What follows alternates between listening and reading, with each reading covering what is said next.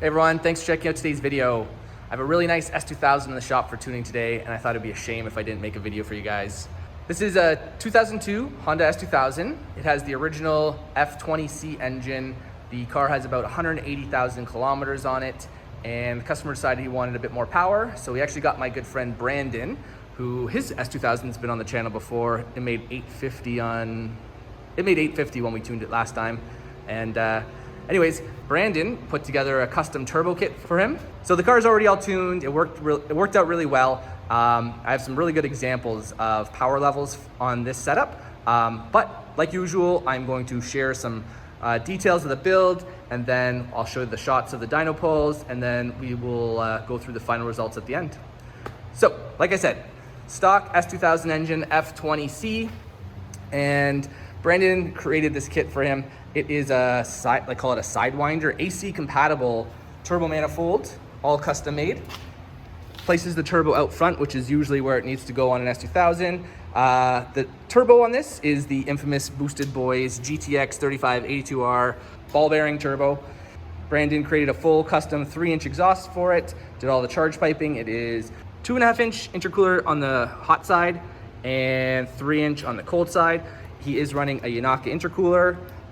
Then went with some good quality parts, such as the precision wastegate and tile blow-off valve. As for fuel, it has an AEM 320 fuel pump in it. It is on the stock fuel lines. Fuel injector wise, it's running ID 1050s. Clutch, he's running an ACT stage 4 6-puck clutch, stock transmission, stock diff, and we're tuning it on the AEM EMS Series 2 ECU today, and we're on our 94 octane pump gas. So why don't we cut to some shots of the dyno pulls, and then we'll go through the final results.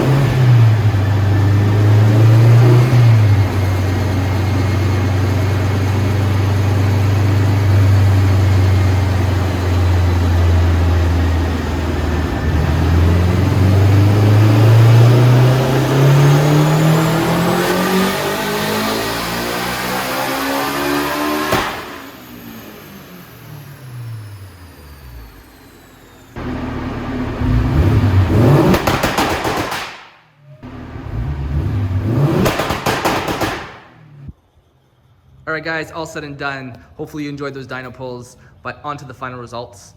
And up on the screen, I have 3 dyno pulls, and we ran a few different boost settings or boost levels today.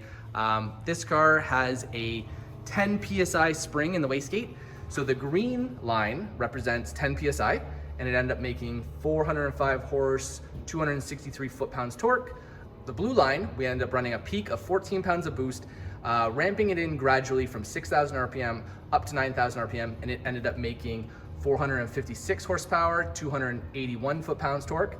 And then we also ended up running 16 pounds of boost, and that's the red line. We basically ramped it up aggressively from 6,000 RPM to 9,000 RPM, and it ended up making 487 horsepower, 301 foot-pounds torque. But that was kind of the limit of this setup today. So fuel pressure was starting to drop off at that boost level and at this power level. This is on an AEM 320 pump. It has the stock fuel lines, and unfortunately this fuel pump is not directly wired, so it is using the factory power wires. So that could all be part of it as to why we were losing fuel pressure, and we had to actually stop at that point. But realistically, we could have easily hit 500 with this setup if we had had a bit more fuel.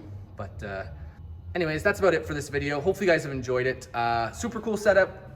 Cool that it still has air conditioning, made some great power, and I know the customer is gonna bring it back next year with a bit better fuel system, and we are gonna go for over 500 next year. So hopefully you guys have enjoyed the video. Thanks again for watching, and I'll see you again soon. Bye now.